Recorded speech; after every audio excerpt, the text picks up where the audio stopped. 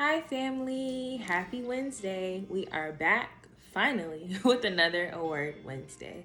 And before we get into today's topic, I know that Thanksgiving just passed, and I just wanted to let you all know that I am so thankful for you. Your support, your kindness just means so much to me. So, whenever you all comment, share my videos, talk to me about my videos, or even just let me know that the Word Wednesday just resonated with you means so much to me. So I couldn't start this Wednesday without letting you all know how thankful I am for you. So we're gonna go ahead and get started with today's topic. And today's video, A Word Wednesday, is entitled Number One Choice, Only Option. You're probably like, what?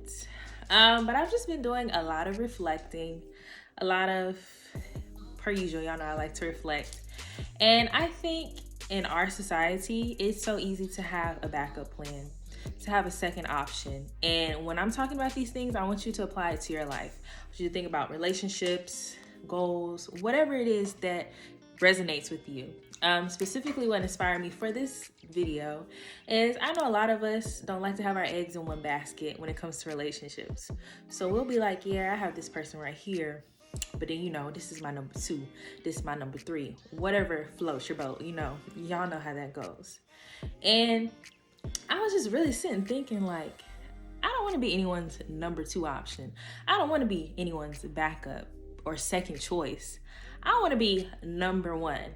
And I think for anyone to say this too, to be number one for someone else, you have to be number one to yourself, for you.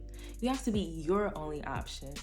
And I think sometimes this just goes over our head. We're like, well, dang, I feel like blah, blah, blah, blah, blah has something else going on.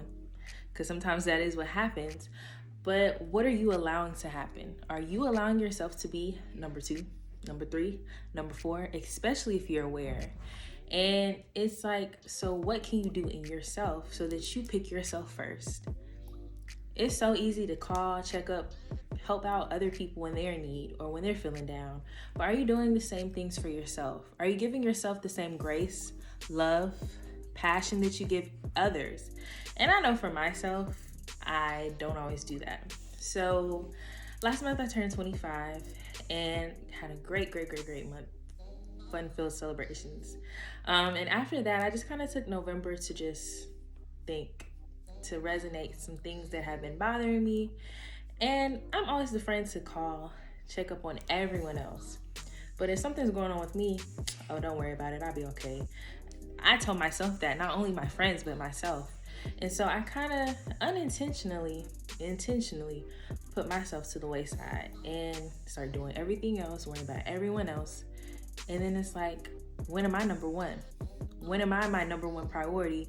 Caring about myself, seeing what I can do to better myself, how I can change my mindset so that I don't keep putting everyone else before me or putting other things before me, work, school, whatever it may be, before myself and my own sanity, my own self-wellness, self-care, just everything, self-love.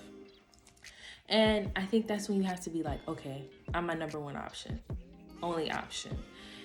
It's okay for me to check in on everyone else, but how can I check in on others if I'm not checking in on me? They say you can't, give from a dry well. So what am I offering to other people when I'm not checking in on myself?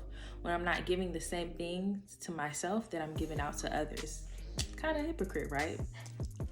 So I think it's just very important that not only we take care of ourselves, but see what we can do to better the care that we give ourselves. How can we choose ourselves first? Because sometimes you just have to choose yourself first. It may be selfish, but it's okay. Sometimes you have to be selfish, especially when you're never really selfish to begin with. And this is something I've just been practicing when I preach. So November has kind of been, I won't say a month of isolation, I don't really like that word, but reflection and putting myself first, being my number one, and making sure that, okay, Jana is good, so I can give to others. Jana is okay, so I can give some love, shed some light to others. But you have to make sure that you shed light to yourself too. Give yourself that same grace and love and care that you can give everyone else. And I know a lot of you are probably like, it's common sense, but How often do we actually do this? How often do we actually take care of ourselves first? Not last, not later, not years from now, but first. So today, I challenge you all to take a moment. Think about your number one only option. Is it yourself? Are you giving yourself the time, the love, the energy that you deserve and need? And if not, see what you can do today, tomorrow, this week, or this month to change that. How can you put yourself first and make yourself your number one? It's okay if someone else considers you number 2, 3, 4, because that doesn't matter. As long as you are taking care of you and you're your numero uno, then you can provide for yourself, give yourself the love that you deserve, that whoever has you further down on their list won't matter, because you know that you got you regardless, no matter what. And remember to love yourself, because you deserve to be loved.